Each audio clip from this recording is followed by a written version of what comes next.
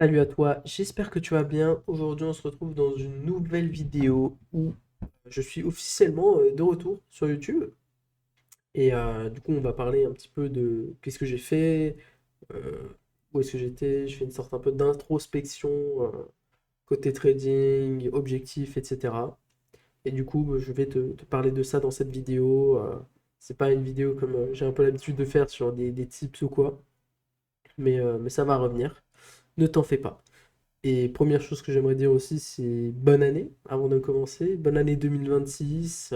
J'espère que tu as pu regarder un petit peu, te faire un résumé un peu de ton année de trading pour pouvoir mieux repartir pour 2026. Personnellement, je l'ai fait. Et aussi de faire tes analyses pour l'année 2026 qui ont, selon moi, été très intéressantes. Je pense en faire une vidéo d'ailleurs de mes projections. Et voilà. Du coup, la raison de mon absence est tout simplement déjà une sorte de petite down dans le sens où j'avais perdu un compte à 200K avec une propre firme. Parce qu'en fait, je voulais risquer plus sur ce challenge. Ça se passait plutôt bien, mais en fait, je restais à break-even. C'était long, ça faisait déjà plusieurs mois. En fait, un challenge propre firme, quand tu es en phase, c'est déjà très long.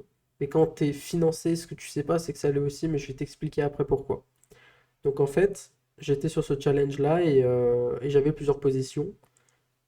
Et il y a eu, je pense que tu te souviens de cette période si tu étais sur les marchés à ce moment, mais des tweets de Trump. Donc quand il y avait un petit peu cette guéguerre US-Chine contre, enfin par rapport aux tarifs douaniers, etc. Donc Trump envoyait des tweets à tout va en disant qu'il allait mettre, je crois, 125% de tarifs à la Chine. Et du coup, ça a impacté mes positions.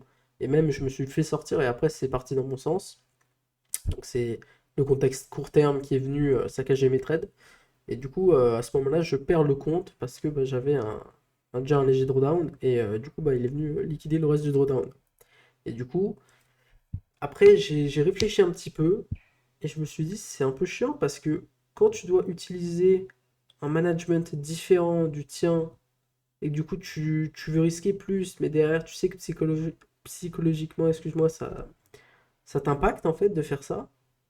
Bah, c'est pas bon quoi pour tes trades, c'est pas bon pour toi, pour tes trades, et t'es même pas aligné avec les trades que tu prends, tu vois.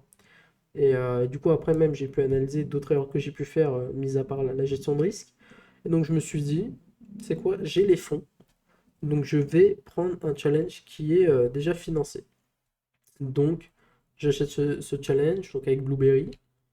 Et en fait, alors je le savais déjà avant, mais ce que je voulais dire par rapport à avant, comme quoi la phase 1 c'est déjà long, mais quand tu es financé, ça l'est aussi, c'est parce que tu as une règle avec les profils qui s'appelle les jours minimum de trading en français, ou en anglais c'est minimum trading days. Et donc, en quoi ça consiste? C'est-à-dire que tu dois faire 0,5% au-dessus du capital initial pour confirmer un jour de trading avant de pouvoir payer out. Alors, c'est pas un seul que tu dois en faire, c'est entre 3 et 5. Ça dépend des propres et du challenge. Moi, personnellement, j'en ai 5. Actuellement, j'en ai réalisé 4 sur 5. Donc, il m'en manque plus qu'un avant de pouvoir faire un payout. Et, euh, et voilà, donc c'est une règle qui, en fait, prend quand même du temps parce que quand tu fais encore des erreurs ou quand psychologiquement tu fais un peu n'importe quoi, bah, ça peut malheureusement te causer des sortes de down psychologiques et te faire n'importe quoi. Donc voilà. Là, pour l'année 2025, j'ai fait pas mal d'erreurs, mais une que j'ai vraiment remarquée, c'est une erreur sur les points d'entrée. Je rentrais soit trop tôt, soit trop tard. J'étais pas assez patient en fait. J'étais pas assez patient, je prenais des trades n'importe comment et parfois bah, j'étais sur sur mon journal de trading, parce que j'aime bien le réanalyser un petit peu, voir les erreurs que j'ai fait, surtout en drawdown. Et je remarquais vraiment que mes entrées, c'était n'importe quoi. Alors oui, après, il peut y avoir des erreurs au niveau analyse fondamentale, c'est des choses qui arrivent, tu peux te tromper, c'est ok, tu vois. Mais le problème principal, le problème sous-jacent, c'était vraiment mes points d'entrée, parce que du coup, j'avais des stop loss qui étaient soit trop tight, donc trop bas, euh, parce que je voulais absolument un bon ratio, et donc je pouvais me faire sortir. Et du coup, j'essaie vraiment de régler ça. C'est ce que j'ai fait, tu vois, typiquement sur un trade sur le silver. Alors, je sais pas si je l'ai ici, mais je vais essayer de te montrer vite fait. Je suis rentré sur un trade sur le silver il y a un petit moment que j'ai pu retirer. J'avais pris à peu près là. J'ai mis un stop loss à peu près comme ça. take profit à peu près comme ça. Et en fait, j'avais trail agressivement par ici parce que tout simplement j'allais dormir à ce moment. Donc je voulais vraiment être sûr d'avoir toujours un ratio de 1 pour 1. Je voulais pas risquer, genre, on va dire, je voulais pas risquer tout ça de profit pour ça de gain. Tu vois ce que je veux dire? Donc en fait, j'avais trail à peu près ici mon stop et le prix était par là. Donc en fait, ça me gardait un risk reward de 1 pour 1, donc ce qui est très bien si tu veux trail agressivement. Et donc voilà, donc sur ce trade, j'ai pris à peu près 3,6 R, un truc comme ça. Et voilà, donc c'était un très bon trade. J'ai pu remonter du coup mes pertes du début du mois de janvier parce que j'ai commencé l'année en perte, hein. Tout simplement, j'ai fait une erreur un petit peu bête, c'est que j'avais ce FOMO. J'avais ce FOMO, c'est-à-dire que je prenais plein de trades parce que je voyais des opportunités partout. Parce que, comme tu sais, en décembre et janvier, bah, c'est compliqué de prendre des trades car les institutionnels, eux, arrêtent de trader, ils vont en vacances, ils font les fêtes, etc. Donc il y a moins de volatilité, enfin il y a moins de liquidité, mais du coup beaucoup plus de volatilité. J'espère que tu me suis. C'est-à-dire qu'il faut moins d'argent pour vraiment créer un gros mouvement sur les marchés, ce qui pouvait créer des mouvements un petit peu incohérents ou abusés par rapport à des news. Et du coup, je me suis fait sortir sur des mouvements comme ça. Et c'est vraiment après que je me suis dit, bon, attends, là, faut te ressaisir, là, parce que ça va pas, ce que tu fais. C'est n'importe quoi. Et du coup, bah, j'ai été un peu plus patient. Je fais une vraie analyse fonds poussée. Et je suis rentré du coup sur le trade dont je t'ai parlé sur l'argent. Et actuellement, je suis en short sur GBP USD. Je t'en parlerai un peu plus tard. Mais du coup, voilà. Au sujet voilà, de la prop firme, du coup, je continue. Pour l'instant, ça se passe très bien. On reste patient. C'est ce qu'il faut de toute façon, hein. Pour pouvoir scaler après, il faut vraiment être patient. Euh, et voilà, donc le but maintenant pour moi, alors je vais pas avoir de deadline comme je t'ai dit au tout début dans mes vidéos, je veux pas me mettre de deadline sur YouTube. Je veux vraiment y aller au feeling. Dès que j'ai une idée de vidéo qui m'intéresse et que j'ai envie de la partager, bah, je fais une vidéo dessus. Et si j'ai rien, que je cherche un peu, bon bah il n'y aura pas de vidéo simplement. Mais après, je vais éviter de faire des longues pauses de 2 3 mois comme j'ai fait tout récemment. Et encore une fois, pour ceux qui me regardent, n'hésitez pas à me demander aussi dans les commentaires quel type de vidéo vous voudriez que je puisse faire pour que ça me donne des idées et que ce soit vraiment intéressant. Même si c'est sur un truc un peu débile, hein, genre de l'analyse technique ou quoi, ce sera avec plaisir que je la ferai. Et pareil, si vous avez des questions, vous pouvez venir sur Instagram pour me les poser. Normalement, c'est dans la description. Et, euh, et donc voilà. Donc maintenant, moi, mon objectif pour 2026, et comme j'en parlais même à mon frère, etc., c'est vraiment de prendre de meilleures décisions. Alors oui, ça paraît très large dit comme ça, mais surtout par rapport au trading, c'est vraiment réfléchir avant de rentrer sur une position et vraiment arrêter d'avoir ce FOMO, de ne pas être patient, juste de me dire, ok, si je loupe le trade, c'est ok. Même si après il va dans mon sens, si j'ai pas l'entrée que je veux à 100%, je ne prends pas le trade, tout simplement. Et là, comme tu peux voir, au début, il y avait quelques incertitudes par rapport à GBP USD. J'avais déjà pris une perte dessus parce qu'en fait, je suis rentré trop tôt, tu vois. Et j'avais pas vu. En fait, en daily, on n'avait pas encore rejeté cette résistance-là. Donc, je me suis dit, bon, c'est sympa, mais enfin, j'avais un trade sur les 1,34, il me semble. Il me semble que j'avais short par ici et qu'au final, le prix est venu me sortir tragiquement, j'ai envie de dire. Mais voilà, donc c'est des choses qui arrivent, c'est ok. Et en fait, après, en daily, j'avais remarqué cette résistance-là qui s'est fait rejeter récemment. Et donc je me suis dit, ok, je vais attendre un rejet, un vrai rejet, et après, du coup, chercher un bon point d'entrée. Donc au début, je vais t'expliquer ce qui s'est passé. On avait, voilà, ici on rejette parfaitement les 50% Fibo, tu vois, et à la base, j'avais un ordre de vente ici. Donc normalement, j'aurais dû rentrer à ce moment-là. Sauf que, je vais te dire, quelques pips avant que ça me déclenche et que je sois dans le trade, je lis du coup en lisant les articles de news que le département de la justice américaine attaque entre guillemets la Fed, tu vois, par rapport au taux d'intérêt. Donc, comme l'a dit Powell dans un communiqué, il a dit que ça a plus un enjeu politique que par rapport aux travaux de la Fed qui devait faire un truc comme ça. C'était un petit moment. Mais donc voilà. Moi, je pense que. Enfin, à ce moment-là, du coup, j'ai retiré le trade parce que je me suis dit, je sais pas si ça va aller plus loin que ça ou pas. Donc, je préfère retirer mon ordre et attendre un peu plus. Du coup, je décide de rentrer à ce moment-là. Il me semble que je rentre, voilà, à ce moment-là. Quand je vois que le prix rejette, ici en plus, en 1 heure, je vais te montrer ça. Ici, tu vois, on a pu rejeter la data de l'inflation américaine, qui du coup a été vue un peu plus baissière que prévu, en dessous des attentes. Du coup, il est venu rejeter à ce moment-là. Dès que j'ai vu, en fait, dès que j'ai vu qu'on a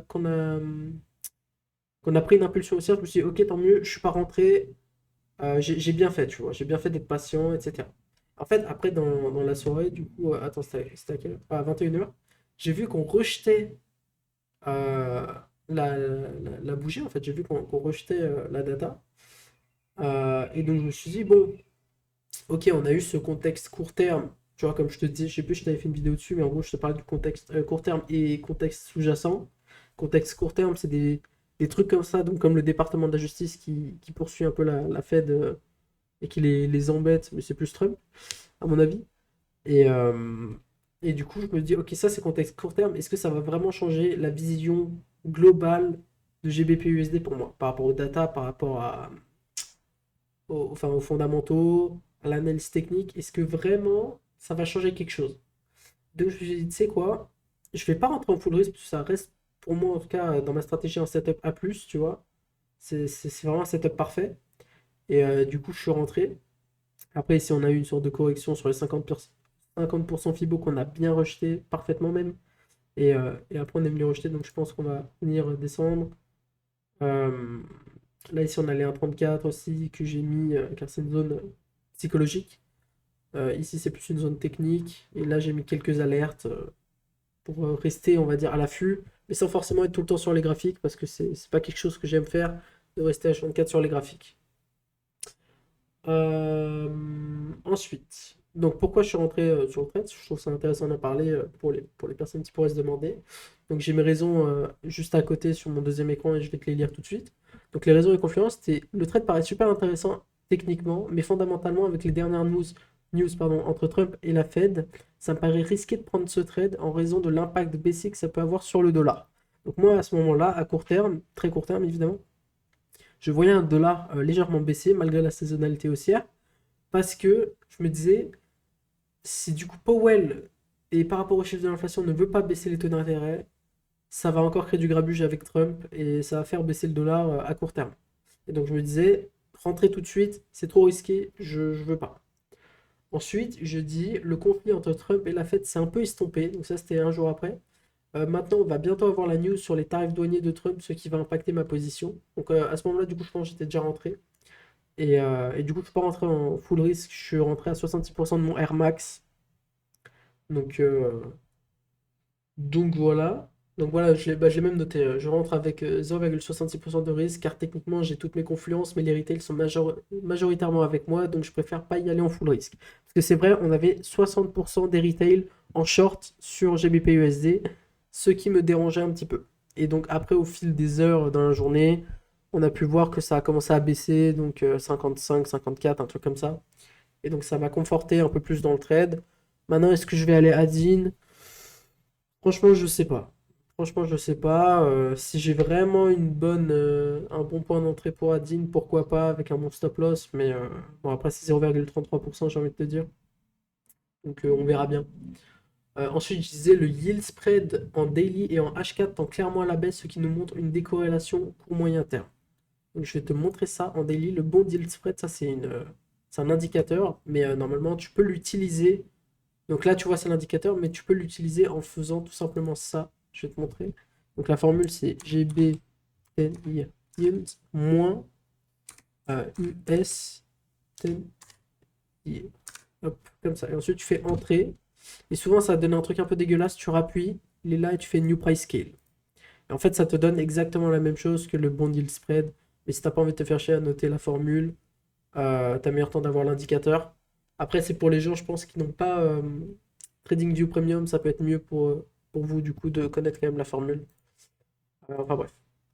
Et évidemment, c'est différent avec toutes les paires. Donc là, on voit en daily qu'on a une grosse décorrélation. Euh, Et du coup, c'est une confluence en plus que j'avais pour mon trade. Et en 4 heures, je regardais, on l'a clairement, quoi.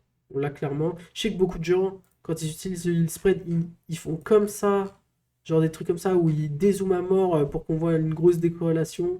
Mais en fait, ça n'a pas beaucoup de sens parce que quand tu zoomes, tu vois que au final, la décorrélation, elle n'est pas énorme en fait. Mais là, on voit quand même que j'ai beau zoomer, bah, elle reste quand même là, quoi. Donc, c'est pour ça que je vise aussi cette target ici, et aussi parce que c'est un des derniers lots. Et, euh, et voilà, donc ce yield spread là, c'est une raison de pourquoi je voulais rentrer. Ensuite, la saisonnalité n'est pas avec moi, donc ça j'avais regardé, la saisonnalité elle est légèrement, elle tend plus à la hausse. Mais d'ailleurs, c'est assez intéressant de savoir pourquoi, parce que bah, normalement le dollar en janvier il est plus haussier. Mais voilà. Ensuite, j'ai dit, on a pu voir le CPI US qui a légèrement fait reculer le dollar, mais on a pu voir un retour instantané à son prix initial sur GBP USD, ce qui me fait dire que la vision ne change pas. L'atterrissage sur la baisse des taux de la Fed est clairement anticipé, à voir pour la suite. Donc oui, comme vous savez, peut-être, mais la Fed est en train d'atterrir par rapport au taux d'intérêt, puisque bah, l'inflation est globalement contrôlée je crois qu'ils veulent garder entre 2% et 3%, et actuellement on est à 2,7. Après, il n'y a pas que cette inflation-là qu'il faut regarder, ça c'est l'inflation annuelle. Après, il faut suivre l'inflation mensuelle, l'inflation corps, etc. Ensuite, autre confluence, je veux dire, c'est que Refinitiv et JP Morgan, donc deux grosses banques, sont en achat sur EuroGBP, ce qui montre qu'ils ont une vision baissière de la livre sterling. Alors, je sais que l'euro est légèrement, mais très légèrement hawkish, enfin haussier par rapport à un des derniers discours de Lagarde. Mais globalement, moi, je me disais, ok, bon, ils achètent EuroGBP à une zone précise, donc ils vendent du GBP, c'est une confluence en plus pour moi. Et ensuite, j'avais vu, et ça je l'ai noté, que Crédit Agricole est aussi en short sur GBP USD au même prix que moi. Ils ont exécuté la position du coup un jour avant moi. C'est une autre petite confluence en plus. Donc voilà. C'est globalement les raisons pourquoi je suis rentré. Après, évidemment, il y avait aussi le côté technique. Donc là, on avait une sorte de support un peu pas ouf. Un break, retest. Ici, on a bien rejeté cette résistance. Ici aussi. Et d'ailleurs, qui faisait aussi partie. Donc résistance c'est 50% Fibo. Ensuite, impulsion baissière. Encore retest sur 50% Fibo. Et là, on continue de descendre et de rejeter. Donc c'est positif pour le trade. Donc voilà, globalement, niveau position, je suis plutôt bien. Maintenant, je vais être patient et je vais essayer d'avoir un bon management. Et voilà. Et aussi, un truc que j'ai oublié de dire et que je l'avais en tête, mais que je voulais te parler, c'est que au début, du coup, avant la nouvelle année, je suis parti avec mon frère, sa copine et des amis en Australie. Et on est allé assister du coup à l'Aerox de la copine de mon frère et de son ami. Et c'était franchement incroyable, l'ambiance est top. On était à Melbourne, superbe ville, franchement, j'ai adoré. Pour la petite anecdote, avec mon frère, on est allé au Litard à un moment parce que on est allé dans une sorte de cybercafé où tu peux jouer aux jeux vidéo, on a joué à LoL. Euh, et c'était vachement cool, c'était trop bien et ça fait du bien aussi parce que tu déconnectes un peu des marchés, de la routine et franchement, ça fait vraiment du bien. Tu peux marcher en pleine ville. Les Australiens, franchement, ils sont géniaux, ils sont trop gentils. Et voilà, donc voilà, ça me tenait à cœur un peu de t'en parler. Donc, je pense qu'on a fait un peu le tour. Comme je te disais, les prochaines vidéos seront plus sur des tips. Typiquement, la prochaine vidéo va parler de pourquoi trader moins te fait avoir plus de résultats. Alors, c'est à peu près le titre, hein. Mais du coup, je t'en parlerai dans une prochaine vidéo. Et évidemment aussi, n'hésite pas à me dire en commentaire si tu as une idée de vidéo ou que tu aimerais savoir des choses par rapport aux prévisions de 2026. Mais ça, je pense que je la ferai quand même. Et, euh, et que tu as une quelconque question, tu peux aussi me demander sur Instagram, je te le mettrai dans la description. Sur ce, je te souhaite une bonne journée et une bonne année aussi. Et voilà, bisous, ciao ciao.